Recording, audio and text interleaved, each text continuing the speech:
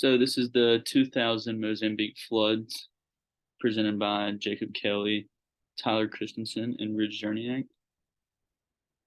So the weather pattern that caused this flood, um, like I said, it occurred in 2000 in Mozambique and was strictly due to a bad storm.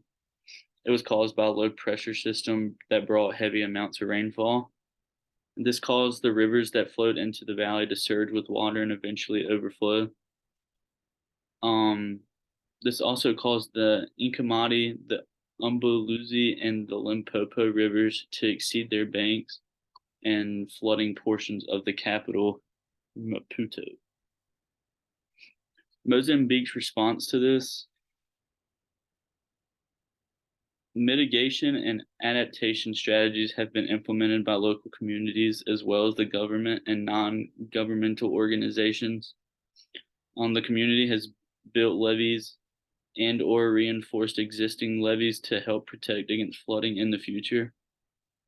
The Mozambican government also adapted various new regulations on land use and construction in flood-prone areas. For example, the government established new guidelines for building in flood-prone areas, which require buildings to be elevated above flood levels and to be constructed using flood-resistant materials. So we'll start talking about the societal and economic impacts. To start, we'll talk about the immediate effects. The flood roughly killed 500 to 700 people. There's a lot of severe damage to homes and damage to the agriculture infrastructure, as well as buildings or public buildings and schools and businesses. And then there was damage to water and energy supply systems. And then public transportation was disrupted and not much transportation going around. And then getting on to the economic impact, we faced a major setback on the efforts to reduce poverty. For the past, I think they said from 1990 to 99, they worked on their poverty rates and it was getting better. And then, of course, the flood happened and it went down instantly. So there was a direct and indirect economic losses amounting to 600 million US dollars. And referencing back to that first point, in 99, Mozambique's GDP was 7.5%, and in 2000, it fell to 1.6%.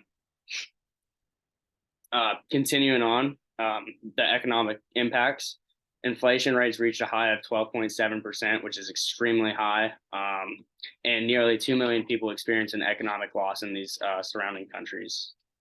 Some more things on societal impacts. One of the biggest impacts Mozambique faced would be the flooding damage affecting agricultural production in the southern and central parts of the country.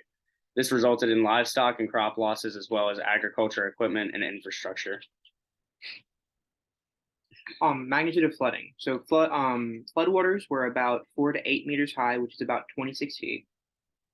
Flooding started on February 2nd and lasted until early March, about March 2nd, but of course, it didn't all go away immediately. About 1,400 square kilometers of farmland were flooded, which is about 500 something square miles. And then Cyclone Alec increased the time flooding happened during, and this is the worst flood that happened in 50 years for them. Climate change and anthropogenic factors. Global warming seems to decrease. Interestingly, global warming seems to be decreasing the total amount of cyclones, but increasing the amount of rainfall. It is because the conditions aren't getting quite right for cyclones, but of course, rainfall is going to happen anyways. Initial flooding might be worse, but it will decrease the chance of a sudden blast of wind and rain from cyclones.